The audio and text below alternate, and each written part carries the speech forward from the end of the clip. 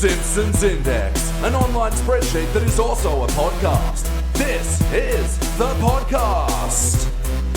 Coming to you out of SideQuest Studios, this is the Simpsons Index, episode 314. Hello out there, I'm your host, Elliot Jay O'Neill, joined here as always, except when he's not, by BT Calloway. Ahoy, and if you pay another 10%, hoy. And joining us for the first time from beautiful Maine, it gives me great pleasure to introduce to you all, Dennis, the Wildcard Perkins. The Wildcard! Hi, everyone. I am the Wildcard. Thank you for joining us, Dennis. And yeah, premise of the podcast, we review Simpsons, but for long-time listeners, this name will be familiar to you all. And if you're, for some reason, very new to the podcast, why are you joining us now for the not classic episodes? But sure. Weird. Anyway, we haven't done it a lot lately, but we used to have a segment called, Is That Reputation Justified?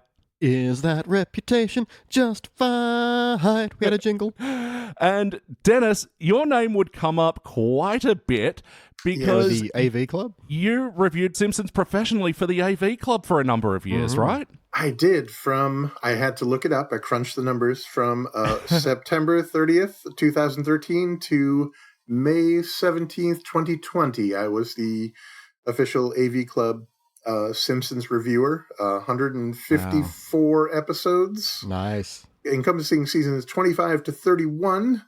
And I popped back in after the AV Club, perhaps understandably, canceled coverage after season 31. I popped back in for episode 700.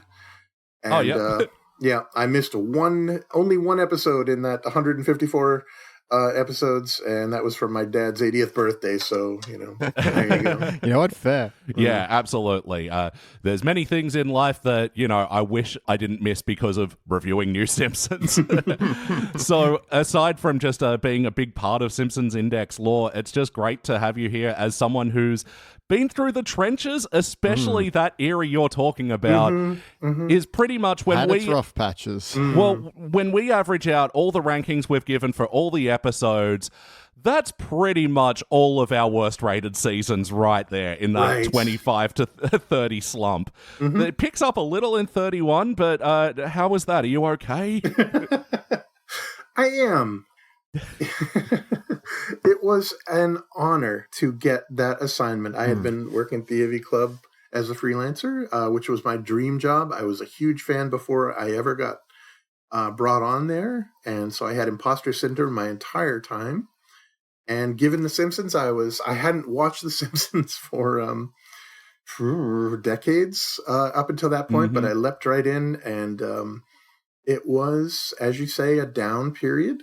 I feel that I gave it my all and tried to find the good where I could and tried to be constructive about the bad. Yeah. Well, yeah, the moniker of the Wildcard sort of came about because we, for most of the time, we'd, agree with you and be like, yep, on the money. But sometimes we'd be like, did we watch the same episode? Correct. But I think that maybe comes from a place because especially when we were doing this segment more, it was when we were reviewing multiple episodes at a time and comparing old and new episodes. And often in those conversations, I think maybe we could have used a little bit more Dennis Perkins in us and tried to find a bit more of the positives. You don't have to apologize or explain. I've been through a lot of therapy and I can handle online criticism a lot better than I used to. If I may, Elliot did warn me about the wild card situation. And I did we had to dig through and find a few where I was mentioned. I would focus on one, the Nightmare After Christmas episode. Oh yeah, which I think you all gave Fs to, and I think I gave a B- to.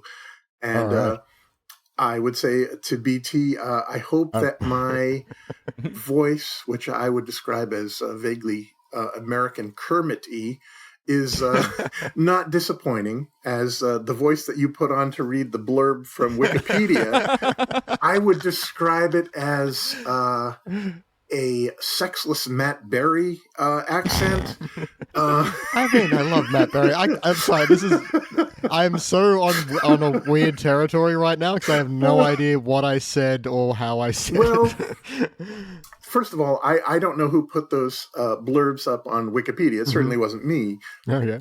I would also put that in the same, when people in the AV Club comments would talk about my letter grades, I would say, there are thousands and thousands of other letters that I used to describe this episode other than that. Just but the also, one at the end. Yeah, and also the blurbs, you can pull stuff out. There was more context.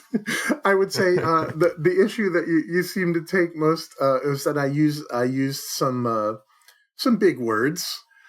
And suggested that I must be a lot of fun to play Scrabble with. I'm terrible at Scrabble. I'm much, as you guys are no doubt understanding right now, I'm much better in writing than I am in person. So I hope that. Anyway, I loved it. It was great, and you guys do a really great podcast. And hey, I have nothing but sympathy for anybody trying to grapple with The Simpsons. So hey, man. I just appreciate that none of our assumptions were even close to accurate, as you would expect from a Wildcard. And I also appreciate that, I've never considered the term sexless Matt Berry. However, that's incredibly accurate because there's something about his voice in particular, like, well, that man fucks. Yeah. Like, most definitely. But if you drain all that out, that was sort of the accent you had pegged for me. And hey, you didn't have much to go on. So, hey, what are you going to do? I'm having a look at it now, and I think maybe the phrase that hit particularly was sepulchral sensuousness. I can't even pronounce those words. Yeah, we're not as verbose here. I write how I write, man. No, but I mean, you do bring up a good point, and yeah, for the most part, I was pulling sort of the blurbs from Wikipedia, would go to the AV Club to sort of double check and like make sure appropriate context. But yeah, for the purposes of a small segment, yeah, it was probably a little reductive. And I mean, to your point as well, I mean, so are review scores.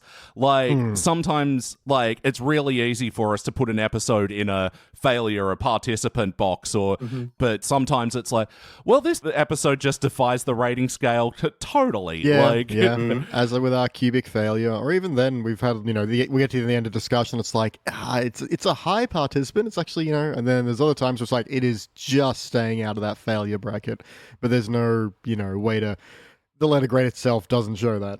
No, exactly. And like in the case of like what to expect when Bart's expecting, where, Bart gets his art teacher pregnant with the power of voodoo and the whole thing ends with a Les Mis parody of Homer and Bart trying to get Fat Tony's horse to fuck. Like, I can't clearly rank that episode. Yeah, that's not a letter, that's a question mark. How do you...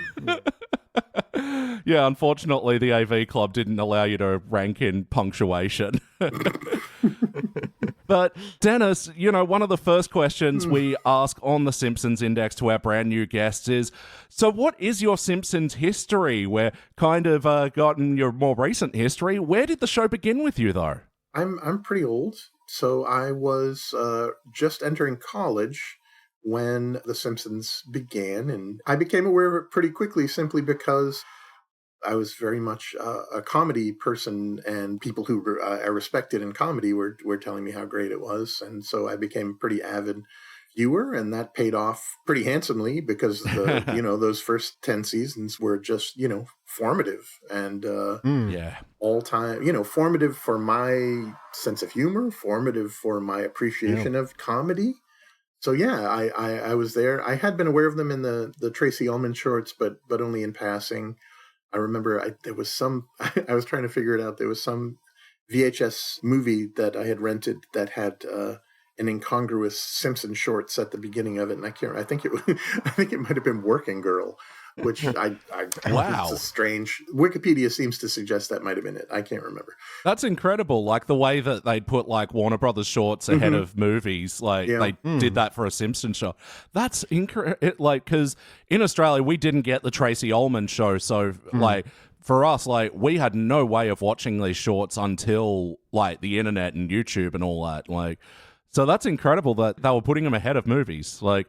And especially Working Girl would then get referenced heavily in Bob's Burgers. I was going to say, Working Girl, the female version of Die Hard. Yes. I love that episode. Yeah. I would say of Bob's Burgers, never reached the epic heights of The Simpsons, but has managed to be consistently very, very good for much longer than The Simpsons has.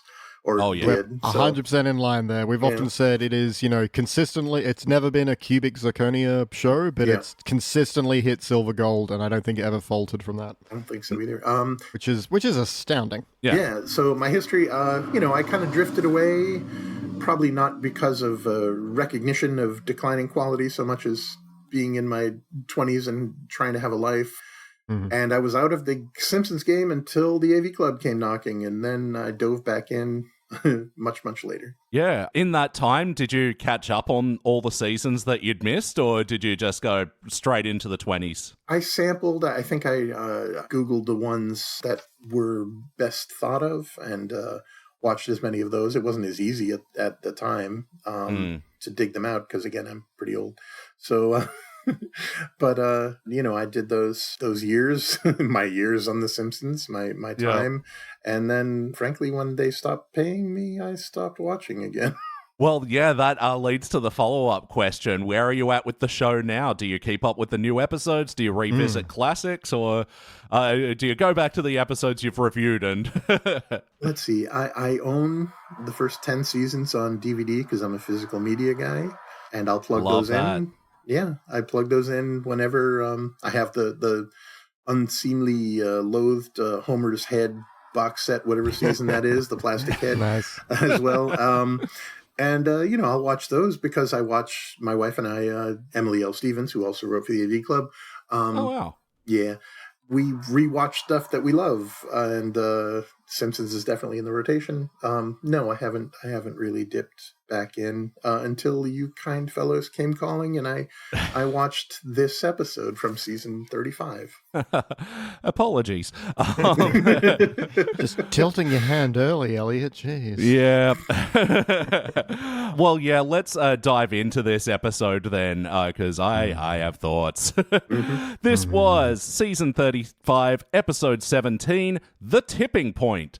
First released in May of 2024, directed by Matthew Nastark, written by J. Stewart Burns. In this episode, Homer's getting all mad with tipping, but in his frustration accidentally tips $10,000. BoJack Horseman did it? Anyway, and in that, the whole town of Springfield, he goes viral. The whole town of Springfield sort of expect him to be a tipping guy, and he overdoes it. He's tipping everywhere, and the Simpsons have got bills racking up. They're overdrawn, and to deal with it, Homer goes to Little Europe and hangs out there because tipping's not a thing there, even though I don't know if they've been to Europe, but it kind of is. Anyway, there's me tilting my hand all over the place. Hey, y'all, what did we think? So someone in the Simpsons writers' room just really has a grudge against tipping, and we're all going to hear about it. What do you reckon, Dennis? Oh, as an impetus for an episode, this felt like the most, whatever the male version of menopausal kind of crankiness is. Like, it was like a bad Seinfeld bit from the 80s. It was like impotent rage, I believe. Tipping. What's the deal with tipping? Exactly. It just felt very creaky, and it felt like I can't complain about being old because of who I am, but you don't have to write like you're old. And this felt like an old coots, something an old coot thought would be a hoot. Well, yeah, it's sort of disappointing for me because I think it is like fruitful for an episode topic. It's just the way they went about it, you know? Yep. Because, like, I mean, Dennis, you could definitely speak higher to this, but yeah, BT, grew up in America partially, and we've been back, we've been to America to travel, and doing the math when the bill comes is a fucking nightmare for us, because, like, it's not only like, because when you see prices in the store in America, you've then got to add the tax afterwards. I don't know if that's changed or anything, but then... No, it's still there as far as I know. Yeah, so... It is a little bit of a headache traveling with the tipping, but Can you speak to that, Dennis? It's like the state of tipping in the US? Well, it's just always been here. I mean, it's not, for somebody who grew up here and has lived here my whole life, it's just a fact of life. It's not something you think about. Yeah. So you automatically calculate, okay, I'm not good with math, but if you can calculate 10% and then maybe double it, and then there you go. But it's a very American thing. The episode does it quite a bit with American foibles, cultural foibles. It's got healthcare, it's got tipping, it doesn't do anything interesting with them, but I kind of agree with both. And I'm going to jump ahead and just say what stands out to me for this one is, the whole Homer going to Little Europe thing, and then the big song parody, which is a parody of Planet of the Bass by the guest star of this episode, Kyle Gordon. So this was a track from 2023, and it was meant to be like a pastiche and parody of like 90s Eurotrash dance music. And so the whole hook of the song is, that kind of music, your Aquas, your and all that sort of stuff. The very nice singing voice by the lady, and then the bald Euro guy kind of looks like me coming in, dog to you. So. If anyone doesn't understand why Elliot Jay O'Neill, known, music graduate, is struggling to come up with the names of these bands, is because most of these bands had one hit and then that was the end of them. And to call them bands, it was a producer who got a singer for the afternoon. That was it. Yeah, I love that you called me out on there. There's Aqua and others. Yeah. No, dude, I know, don't worry. Well, I mean, the most interesting thing I know about this sort of music, because it's not my thing, but if you remember the band The Weather Girls, singers of It's Raining Men, one of them would have a career going on to do session work for singing for a lot of these Euro tracks. And what they would often do was get models in the music videos to lip sync. And she ended up setting like a lot of precedent because like she sued a bunch of these acts and stuff for not giving her proper credit and proper royalties for appearing on these tracks. And washing her image out of the song entirely and just, absolutely Milli Vanilli-ing the situation. And Kyle actually makes reference to this in the song. And the other guest stars of this episode, Chrissy Poland is the girl who sings on the track, but in the music video for it, Audrey Triloger is the model who's lip syncing. But they have both of them appear as voice actors in this episode. So that's a fun bit of casting. I'll give it that. That is very deep inside this song of a reference. Was this necessary? What do you reckon, Dennis? So how did the music parody hit for you? It seemed, again, keeping with the creaky thing, it just seemed like The Simpsons. Once again, somebody in the writers room just trying to go for that youth culture and this is hip with the kids. Put it in an episode. Exactly. How do you do, fellow kids? There were 2 music montages in this episode. I know. That was my big problem. Like, even if you thought this was fun, it's the second one, and that's just it. There's no way to not feel like that's padding. It was third by my count. Oh, really? That's why they do the Austin Powers one twice. They do the Sad Powers one as well. Yeah, so we had the Jessie J song about the money, during the medical montage, and then the Soul Bossa Nova, and then this one at the end. Sorry, do go on, Dennis. No, just that they do away with the opening and a couch gag in this episode, so they can rush to the good stuff. And they had the episode out with like 4 minutes of music montage. It's so jam-packed. How could they cut anything? Well, it's an interesting transition for the show because, when you were reviewing it, Dennis, that was like the era of the extended couch gag, where sometimes couch gags would go up to like 4 minutes or something like that. And the episodes were suffering as a result. In the 30s, we've had the total inverse of that problem where, like, the vast majority of episodes are The Simpsons, episode start. And they don't use the extra time. And especially in the case of this one, where this was yet another rare example of an episode that didn't have a scene over the credits. They just repeated the song, right? Like, I turned it off at that point. So, how do you feel like they used the time in this episode in comparison to the sort of late 20s, Dennis? Well, I think, what you were saying, when it's kind of the inverse problem, I guess. Well, it's the era you were talking about, it would often shortchange the episode. You get a 16 or 17-minute story, proper story, and it would just leave no room for character or nuance, or it was just a straight... Yeah, to even like finish the idea. And this one, they felt like they had, what's left is pure gold. They just they just wanted to, and there's, not to tip my hand, but there's so little in this episode, and it's a 21-minute episode of nothing. Shrug. Yeah. Big shrug. Yeah. I also like that all these years we've been, categorizing The Simpsons by decade. We could have been doing it by couch vibe, and we didn't know about that until now. Yeah, you got the reasonable era from 1 to 20 or something, and then, the extended then couch the gag YouTube era for getting clicks there, and then the rush to the start era. Yeah, isn't that interesting? Because, often the couch gags would be referencing something on YouTube for then to put the couch gag on YouTube to get clicks, and now here they are just referencing a YouTube thing in the middle of it.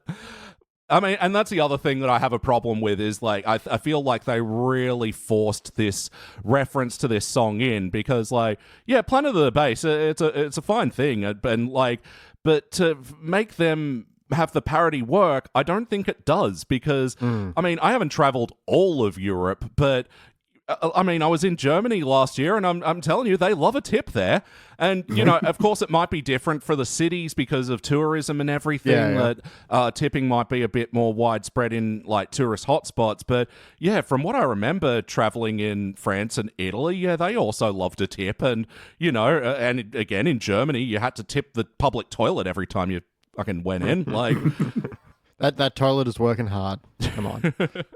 I mean, have you guys traveled to Europe? Am I wrong here? Like, I tried to get Googling, and it's like, sometimes, but not really.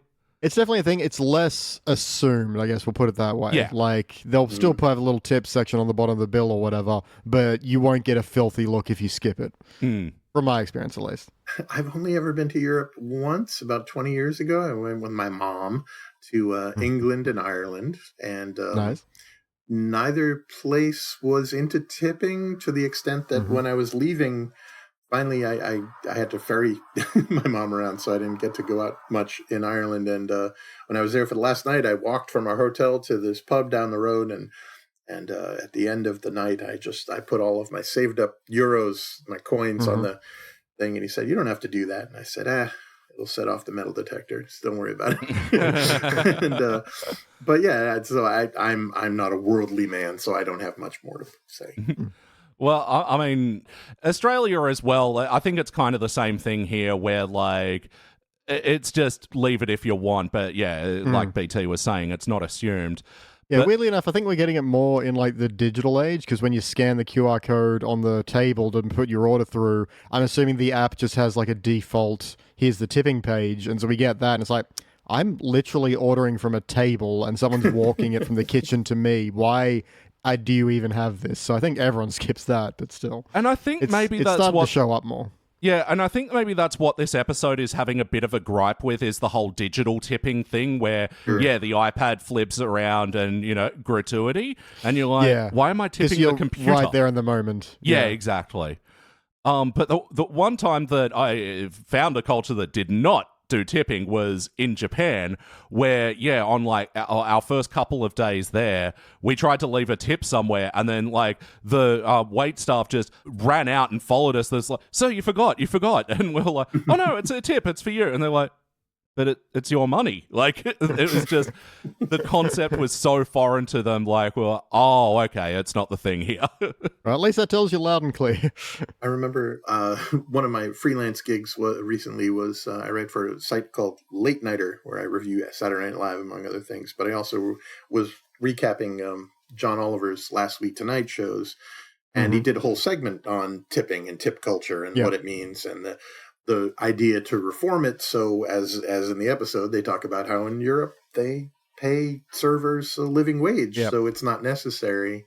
And he talked about one of the most egregious examples he talked about in America was that somebody got their car towed and he had to pay, and there was a tip line in the tow truck guy.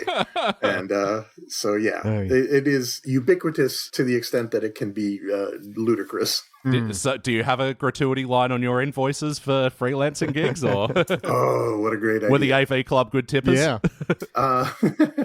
They were very fair. They paid us a fair wage, so it wasn't really... Yeah. Very Because diplomatic. that's always, every time that comes up, I think back to, Reservoir Dogs and that whole, spiel that it has there. It's like, yeah, why are you tipping these guys over here but not the McDonald's service? They're still giving you food. They're making minimum wage. Yeah. Because there's just that mentality of who does and doesn't, and then it's ballooned into various, other things. And I don't know, through our journeys through America, Elliot, it varied a lot. I still remember the one place we went to where we got our beers, sat down, looked at a menu.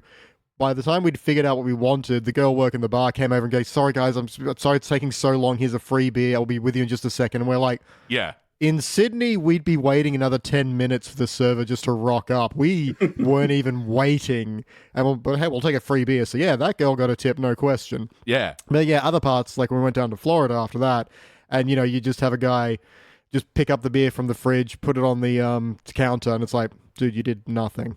Yeah. No, oh God, that is the other thing that people say is like the thing in favor of tipping is because, you get fast service in the US. So, especially compared to restaurants and cafes in Australia. Yeah, they are walking at a pace.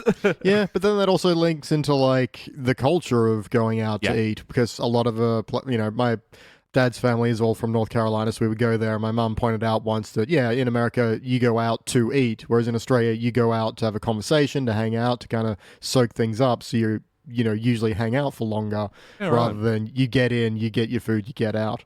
Yeah, well, that was always interesting. Well, moving on with the questionnaire. Dennis, what's apart from this episode that stands out to you for better or worse? Sticking with the tipping thing, one of the things that really irritated me, Homer's big speech where he tries to convince a servers award show. That, I was confused on that one, yeah. That they should abandon tipping and go to the European model with the living wage. It's a fine idea. The John Oliver segment makes the very case that the paying servers a sub-minimum wage and expecting customers to make up the difference is inherently wrong. And because he's John Oliver and he does his homework, he talks about the history of it and how it's replete with both classism and racism in the history of tipping. But the idea that Homer puts diners and servers' plights on the same level, where he talks about servers, you can't make a living on what they're paying you, so you count on tips. But also, it's so terrible that we diners have to do math. That's not the same. That was the big wrap up. That was the big philosophical button on the whole comic debate. And I just where he's all like, it's not a meal until it ends with a math test. Exactly. Anyway, that irritated me. Yeah, well, what irritated me in this moment is this reoccurring bit from the episode where you get a scene and then it turns out it's Homer's fantasy and then the opposite happens. Like, to this one's credit, the last one, it was at least making reference to the first one where, in his fantasy, everyone got on board with the idea and celebrations in the street, but then, when it snapped back to reality, everyone beat him up. The inverse of the first one where, in his fantasy, everyone beat him up, so he went ahead with the $10,000 tip. Yeah. But I feel like this was less of a fun, reoccurring bit and just more of a annoying thing to get in the way of the momentum of the episode. Yeah, there were 3 of those, like fantasy sequences, and none of them were funny. No, and it's kind of like it was all a dream ending sort of kind of storytelling, because the other one as well is where he goes to the person he tipped $10,000 at Sandy's house and asks for a hug and her love and take her into the house, and in his fantasy it went well, but then in reality she sprayed him with mace and kicked him in the water, which gave him some really awkward nose animations, which, if you go back and freeze frame, it's weird. His beard, disappears and become part of his nostril. There's, some really bad animation errors there. Horrifying. Didn't notice that. Oh, it was to the point where I'm like, they're going to double fantasy, but no, that was just animation errors. But as a reoccurring bit, it did nothing for me. Yeah. And in terms of like conventional storytelling, yeah, this is where you do the big grandstanding moment. But yeah, I agree, Dennis. This was just such a toothless take. And then, I don't know, it just felt conventional. Like they did it because that's what you have to do in a story like this. Even then, it's just, when he stands up in front of the servers award, whatever, and he's like, we should abolish tipping. They all oppose it, but then no one really gives a reason. And there is kind of like the other side of, some people who work, very high-end places can get way more in tips. And so getting like a regular baseline wage instead would actually be a step down for them. So there are people who are opposed it for legitimate reasons other than, capitalism. So, you could have had someone have that response to at least have a slight nuanced take of it of like, no, what are you talking about? I work as a gilded truffle and I make $1,000 a night in tips. Yeah. Something like that. But, and also, it doesn't solve any of the problems. The Simpsons are still horrendously in debt here. Yeah, I think, for real, like 10K, and it's like, that's gonna wreck you. Yeah.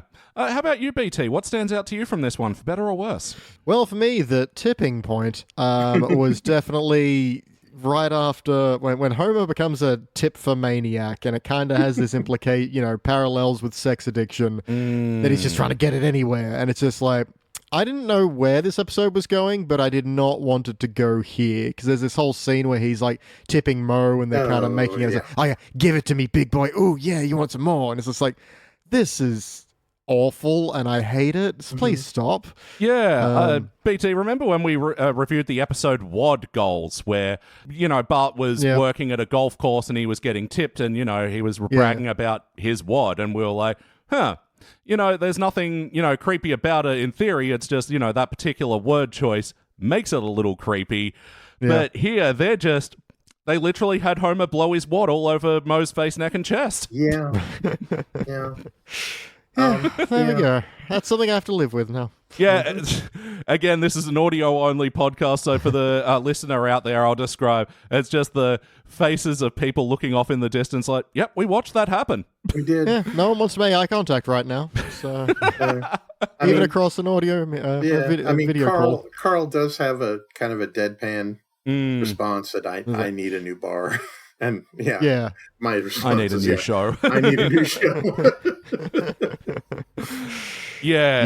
But deeply uncomfortable. Yeah, but like everything prior to that, I'm like, okay, all right. So Homer's like obsessed with tipping. He's getting off on the kind of rush of everyone thinking he's that generous guy. I get that, sure. Where are we going with this? And then when this kind of whole sequence happened, and then we have Homer montaging around to like a downbeat version of that Austin Powers song, or the Austin Powers theme, it was like, this is not... I don't know what I wanted, but this wasn't it, guys. What are we doing? He's here. Yeah. Well, yeah, and just to jump back to the Austin Powers theme, the Soul Bossa Nova by the legendary Quincy Jones.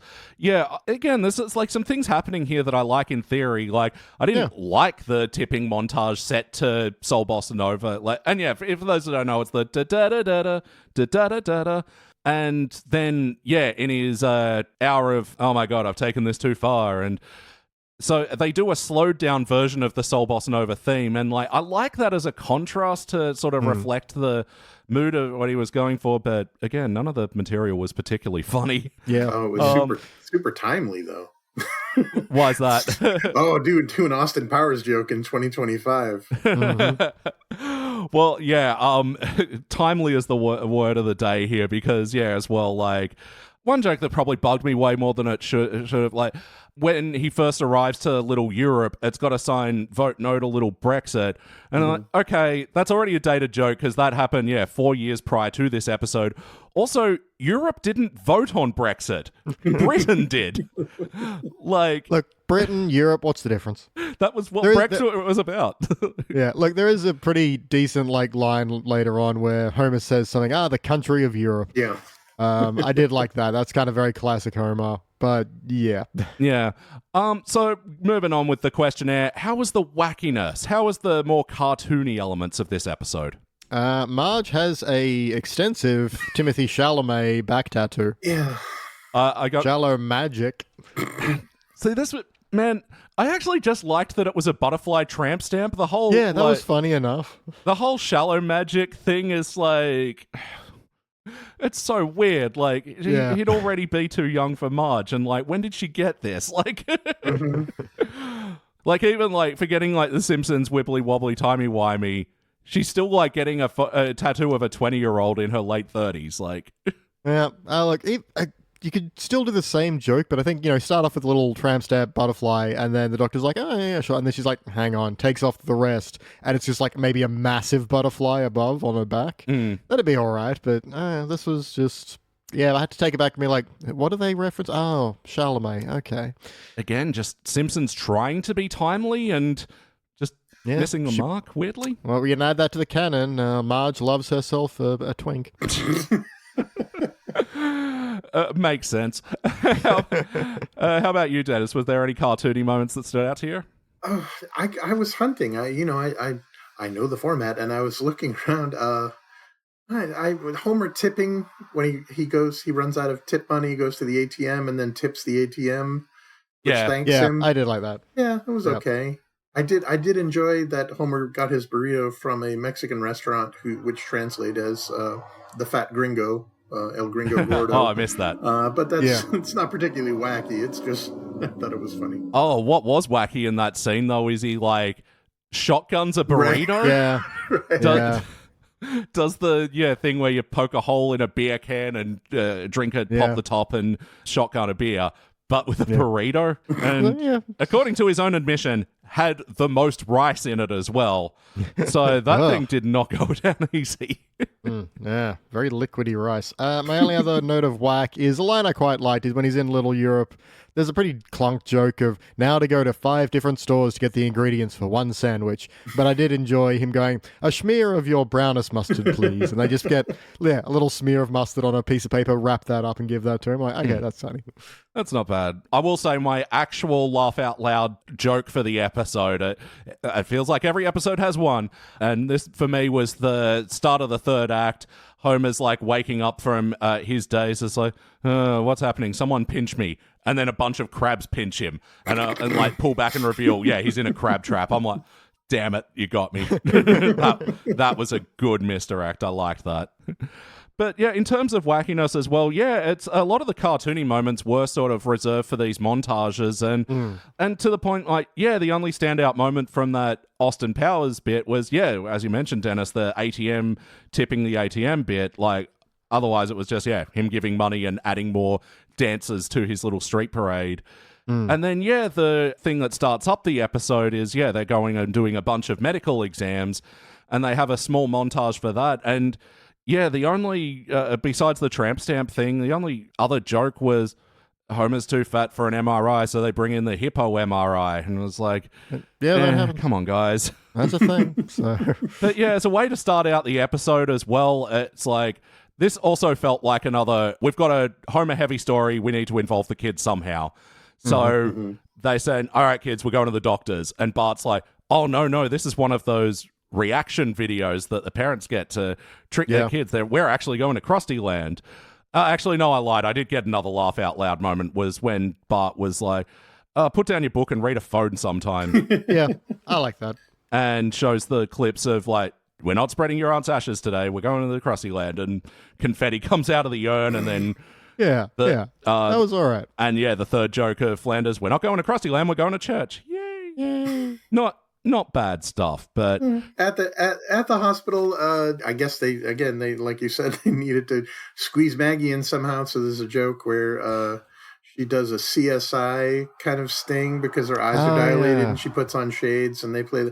I'm like, wow, that exists. That's Again, timely references. Yeah, how long ago was that show? Jeez. It might be still on. Like, it's one of those things like Grey's Anatomy where it's like, it's still go. Or, when I tell people I do a Simpsons podcast, that's still going? Yeah, I get that a lot. Well, how about the heart of this episode? How did they land the emotional core? And that says it all. Vague stares in the distance. Look, there's one bit, and they're going for it, but it doesn't land, where Homer gets up and he makes his big speech in front of the servers guild, whatever. And he says, I was so addicted to tipping, I ran from the woman I love. And Marge has, walked in and she smiles at that part. It's like, he hasn't done anything to make it better. He's just admitted he left you. That's it. Yep. Yeah. Still in debt.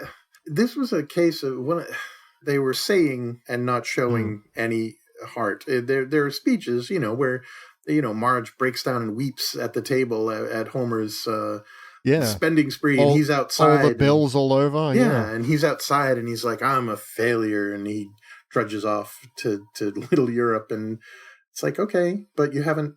I never understood the rationale behind Homer's, why he was so susceptible to this public adulation from people about tipping, and so all the emotional beats after that didn't really register. He says something like, until today, I always felt invisible, and for the first time, I am seen. It's like, well, no, I mean, that's not really a Homer thing. No. I don't know. It just, it felt like somebody wrote it, and they were like, okay, that's the heart, but it didn't play that way. It just and you could find an angle on it, surely, like be like, when I walk into a place, people smile, or people think I'm the nice guy. Or... Yeah, well, I mean, to give this episode probably way more credit than it deserves, I think there is like a thing that they're hitting on where, like, even though you're tipping and being generous, it's sort of the screen gives you, here's the baseline and here's the 3 level of how good you are. And so then, when the people are sort of peering over your shoulder and like quietly judging you for, you picked the lowest option, that they go, that's already 20%. Like, goddamn. Like, and so, and I feel like the episode is sort of hitting on that a little, but then, to sort of, then I guess I didn't expect it to go the whole Homer then gets off on tipping people way too much. But for the heart to land, they really needed to have him fix that at the end. And it's something that we've been harping on, with The Simpsons, is that, back in the classic era, they were a struggling family that didn't have a lot of money. And for this episode, I was like, oh my God, they're acknowledging that for the first time in fucking years. Let's go. And then the money issue was solved by big speech at the end, don't worry about the bills. Like, and then Homer gets a job as a part-time waiter. Yeah. Yep. That's because they're flush with cash, as we learned from this episode. Fuck, that last joke clunked so hard, didn't it? I don't even remember what it was. No, I think I just wanted water and... water and bread, more free breadsticks. Yeah. It's like, lame. Yeah, that's the heart. But ultimately, did it feel like an episode of The Simpsons? How was the integrity? Is this the show we know and love? It felt like someone from the writer's room getting something off their chest, but not even in a useful way. That's how, if is that an episode of The Simpsons now? I don't know. Yeah. I think regretfully it felt like an episode of The Simpsons that I remember from my reviewing days. Yeah. Yeah.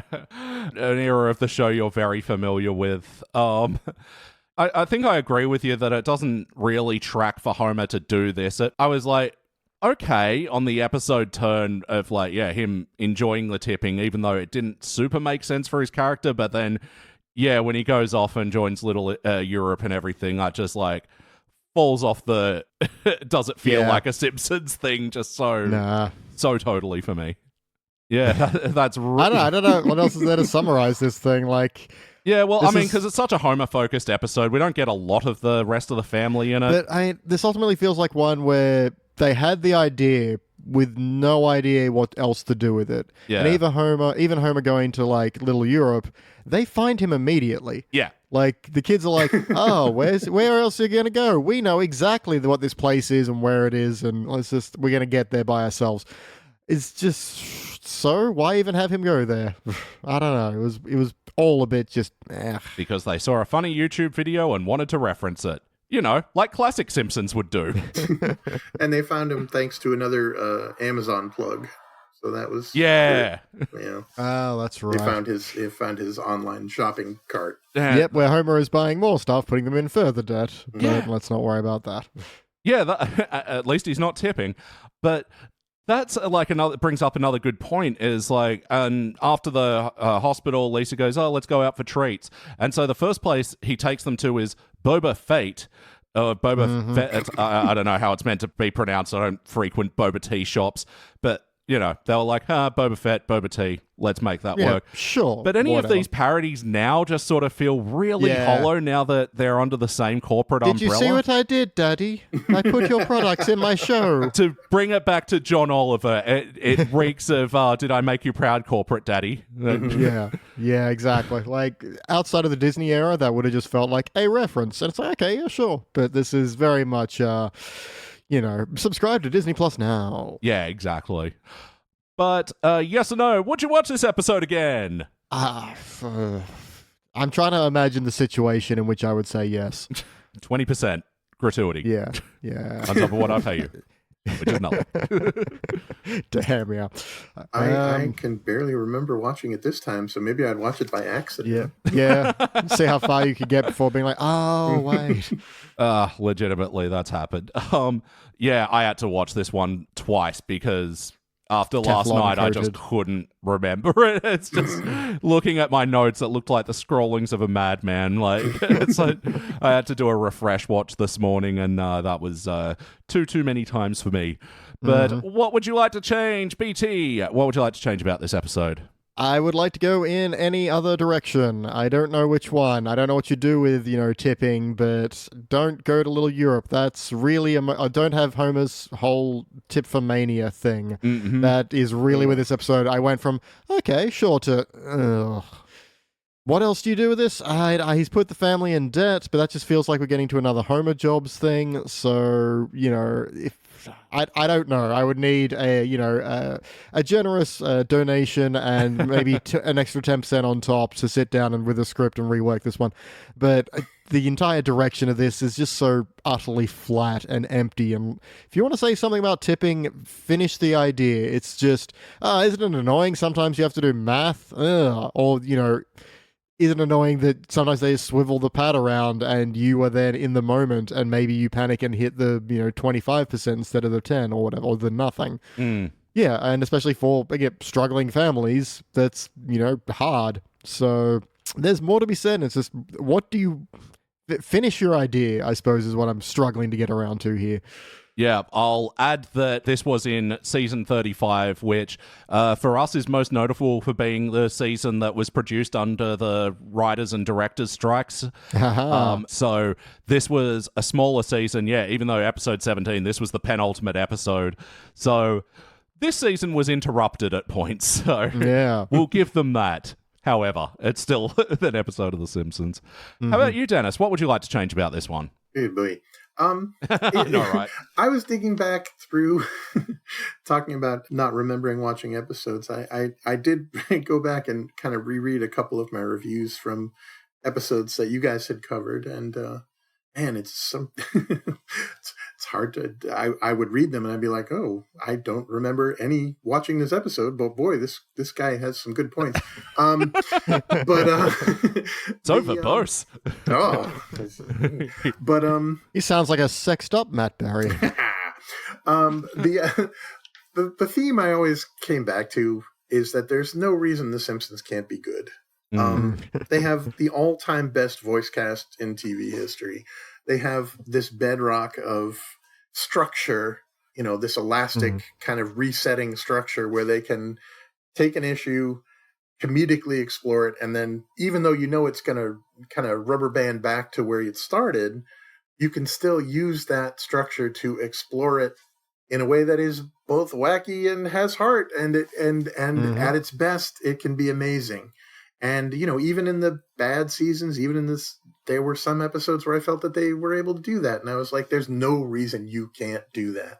Yeah. The pieces are all in place. It takes, I always said, I think it takes new blood. Sometimes when they'd have guest writers, you'd be like, oh, these are people who love this show and have a fresh take on it from the outside. They're not in that writer's room kind of ossified into... tipping her. So in this one, let's cut 2 of the 3 musical montages and play around on the margins, have character beats, have, focus on the main story. Why is this conflict happening? Why is Homer so invested in the idea of being loved for this one thing? Why does he feel the impulse to ignore his family reality and financial reality at the, to chase this thing? And now I'm going to put my long ago English degree to use. Do a Timon of Athens thing. Do a Shakespearean thing where Homer is beloved because he's so generous. And then have him reckon with the idea when he can't do it anymore, why people turn on him. Yeah. And what that says. Let Homer's emotional arc have some depth, where he has to reckon with the idea that chasing love based on kind of I don't want to use monetary generosity. Yeah, I'm all self-conscious about my vocabulary, but profligate kind of generosity that costs you more than you get in return. And there could be something there. There could be something for Homer to kind of realize about himself. Why do I need this? And, when it's gone, what does that say about me? What does that say about the world? What does it say about anything? So, hey, just some ideas. Yeah. No, I mean, that's what we do in this section. We just sort of spitball a little bit, and then it's like, did these guys do this? Sometimes. My current idea is Thomas realizes he's running out of money, so he just starts counterfeiting. Because, hey, there's a thrill of you hand someone a little extra and they're happy for a moment, but later on they realize it's fake. But by then you've left. You've gotten the love. Okay. And I don't know where we go from that, but it's more interesting. Yeah, well, and speaking of interesting ideas that the episode already presented, the whole idea that Bart confronted him, Dad, where's my bike? I tipped it. Yeah. That was so interesting to me. That, he'd run out of money and then start tipping possessions, which, because you've already set it up. The bank accounts are overdrawn. You're getting angry messages in your phone app and everything like that. What do you do when you can't tip any more money? It's I can't give you a 20% gratuity, but I can give you this lovely dining set, Yeah. To feed his addiction and, as a comedic premise for them to whittle down their possessions is just a bit more enticing to me than what we actually get, which, Homer somehow withdrawing even more money. Yeah. And then, at the end, I don't know, I just kind of assumed it would be a thing of, Marge going to, all the servers and everything is hey, don't you see this guy has given so much, even though he didn't have to. The tip was optional, and he's over there working a minimum wage job and never getting that opportunity and never having anyone show him appreciation. And then have everybody else tip him so the Simpsons have some money to get themselves out of debt, and then you've brought it back around at least, rather than just this thing of, Homer gets beaten up about him and Marge make up even though he ran away from his family and continued to spend a lot of money. Yeah. He didn't have to tip for it, but I'm sure that schmear of mustard was not cheap. No. A whole schmear? Come on. Yeah, in of this the economy. brownest mustard, no less. All right, I think it's time for our final notes. Now it's time for our final notes. Everyone's final notes. Yeah, ain't no Europeans dance music lip syncing going on here. BT does that live to tape right now. Could throw on down a if you wanted. Final notes. Doing final notes. Sorry, I do love doing Euro trash mail. Oh, yeah. Deep voice. Look, I've heard your guy from Aqua at karaoke night, and you're quite good. So. Any ladies out there, I'm always looking for a partner to do Barbie Girl with. But until then, Dennis, did you have any other notes, parts of this episode you want to mention before we move on to the rankings? Elliot, just to feed off what you're saying, I really, the only thing in that scene where Homer's kind of being confronted intervention style by his family, I thought there were a couple of decent jokes. Oh, yeah. Like you said, I love the one where Homer admits that he tipped his barber Bart's bike, and then he tips Lisa's saxophone to Bart to make it up for her. Yep. And Lisa objects, and he says, let this slide, and there's a vacuum cleaner in it for you. Yeah. That made me laugh. Yeah.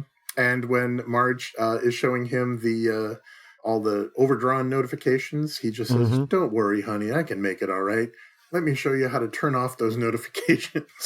Yeah, I think that's something we've not maybe really mentioned. There are a lot of, little jokes that maybe didn't get like a belly laugh, but got a decent kind of, Yep.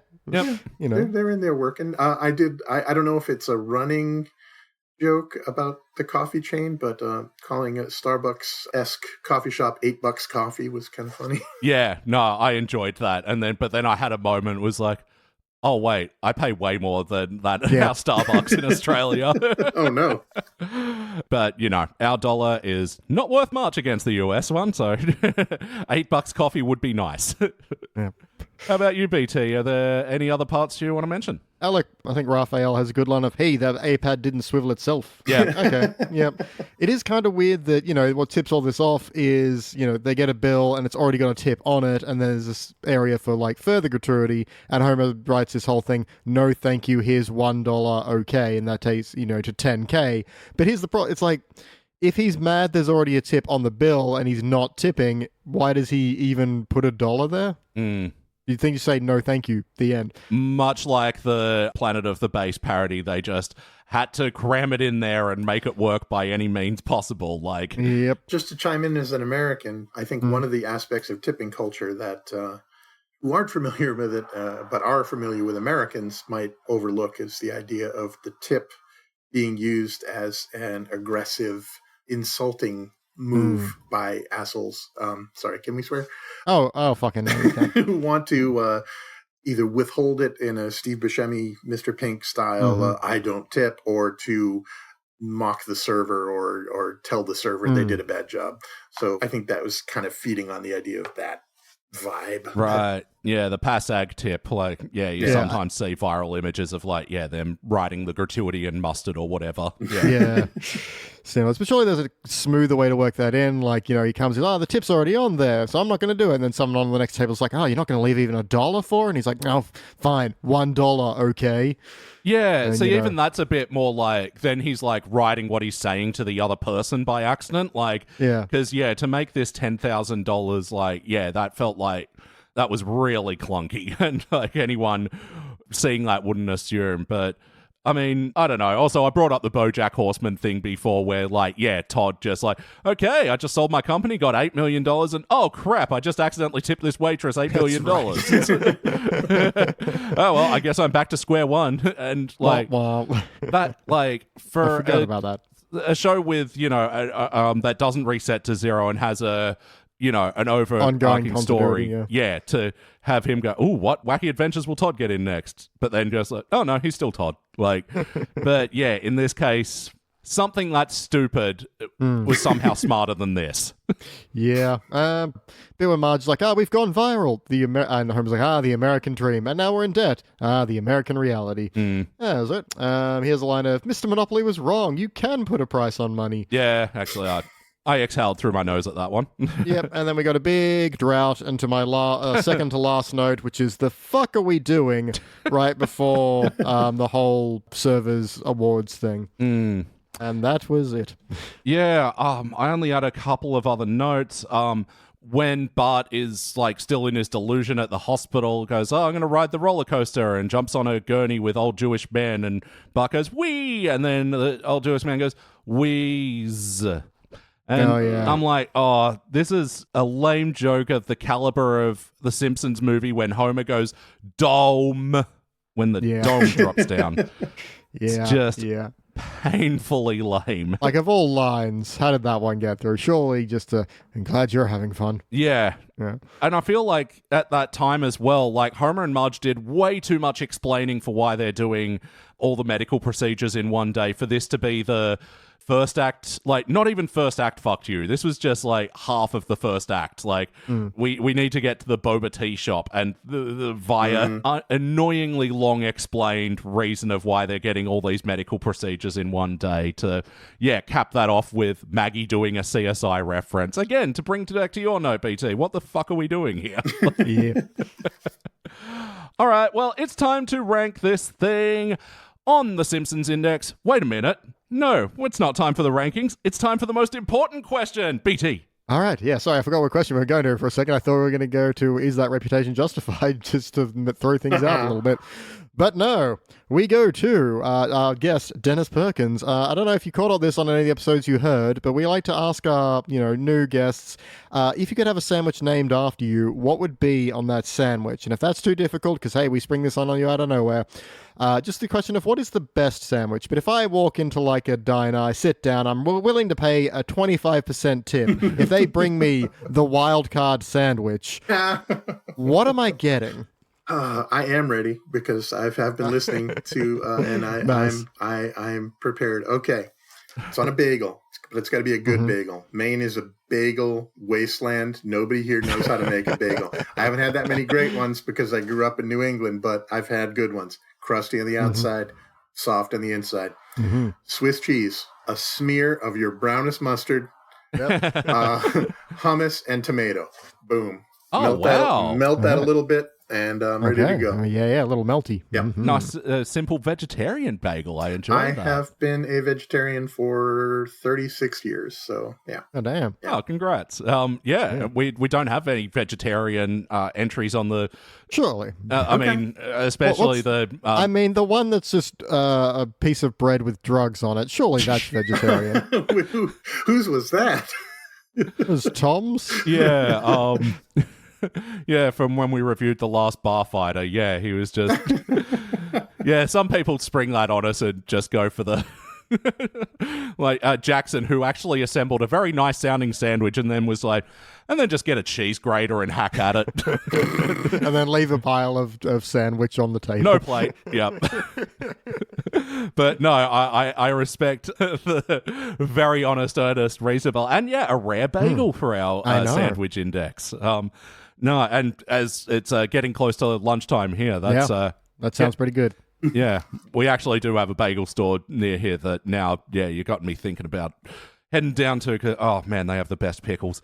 Heading down to the old bagel shop and getting a pickle. How wholesome. All right, well, it's time to rank this thing. On the Simpsons Index, we rank using a 6-point scale, which starts down the bottom at failure. Maybe if the episode was just meh, you give it a participant. But for the positive rankings, you got okay bronze, good silver, excellent gold. But for the best of the very best, you give cubic zirconia. I'm going to go first. Let me show you how it's done. Man, talking before about, ratings not telling the full story, not being sure of myself. And man, this is just teetering on that failure participant border. Yep. But look...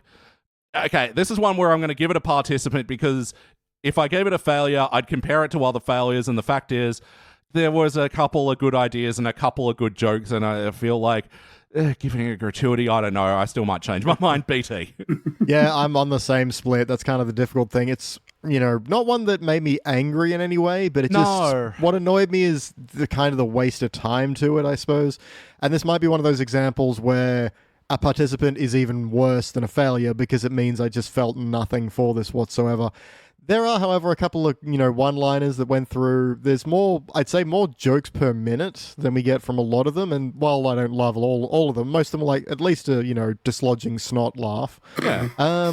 Look, it's something that just feels like it doesn't know what it's doing, and that does bug me, but I just don't have the anger for it. So I'm also going to go with a participant, but it's a participant with the asterisk of like, arguably worse because I feel so little for it. Definitely. Dennis, please finish it off. Okay. I'll start with a brief story.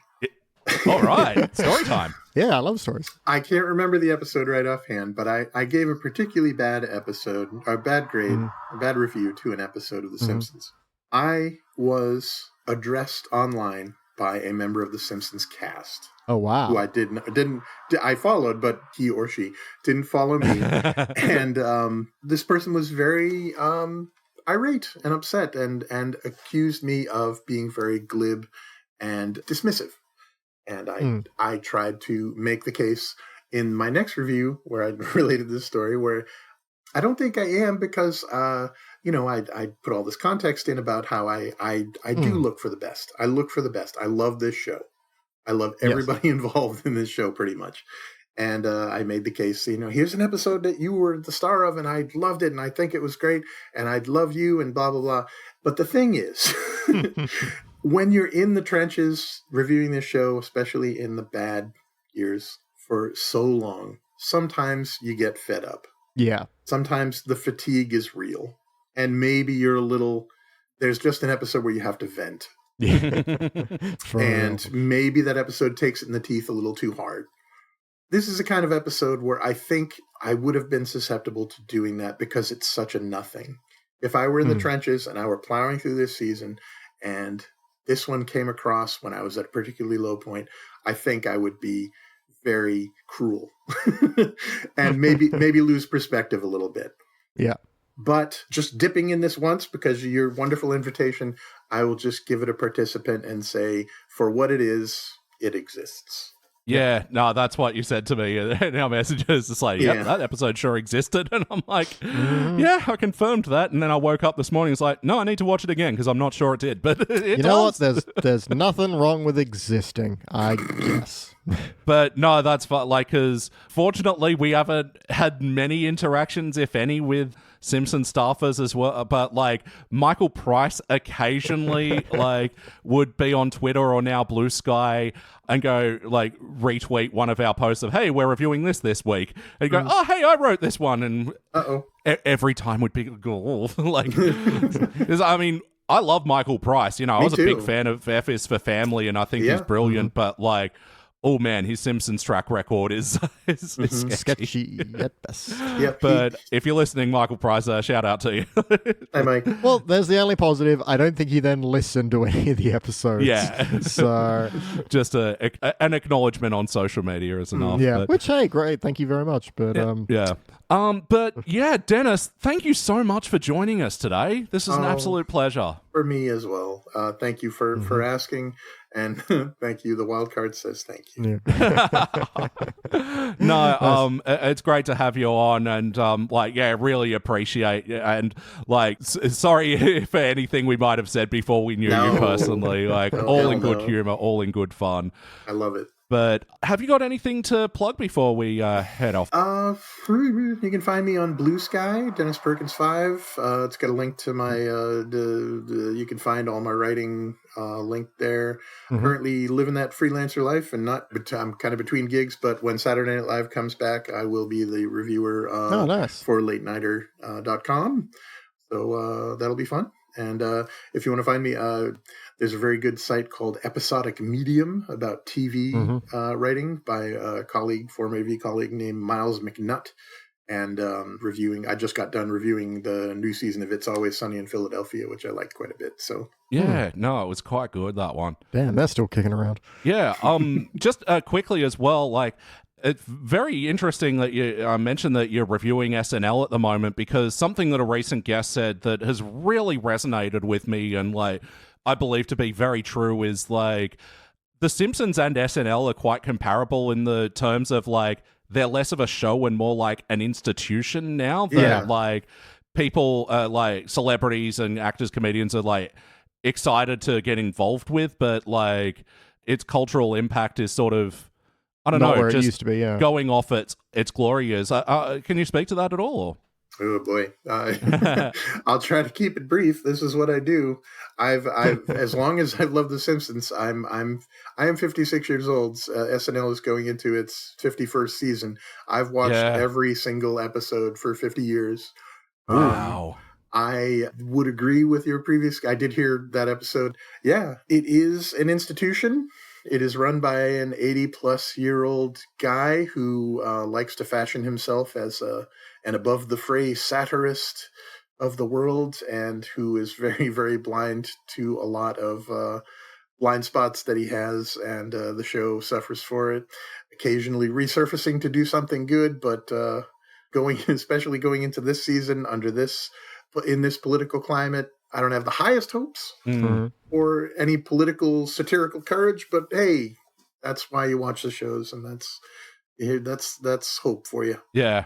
Well, I think they're both like comparable as well in how they choose to tackle, current anythings, and like how they are like this odd kind of time capsule where, in this episode especially, they reference a YouTube viral clip from and then Brexit, and they even mention where, America pinches all their good ideas from Europe, like fascism or whatever. Like, it does become like this interesting time capsule like that.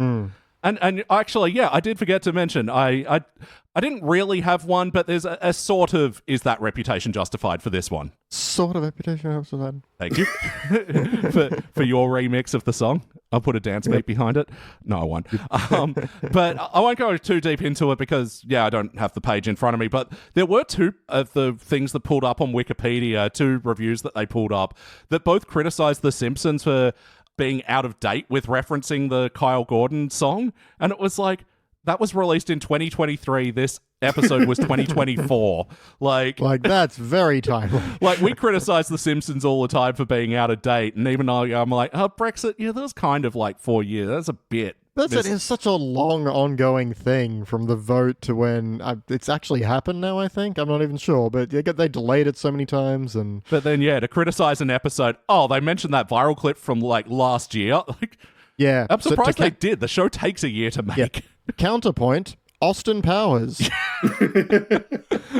Hey, when that fourth sequel comes, man, this will be timely. They'll be again. on top of it. Still hoping and praying for that one. But until then, BT, what are we up to? Look, if you are feeling generous yourself, you can head over on to patreon.com/sidequeststudios. We can access like 700 exclusive podcasts. No, that's not true. It's too many. Where did I pull that number from? It's early. Shut up. 250. That's still a very high number. I think I was thinking of the number of episodes we reviewed. I think we have done 700 podcasts total. That's what I was everything. thinking. Yes. You don't get all of those. You get a hell of a lot of them, though.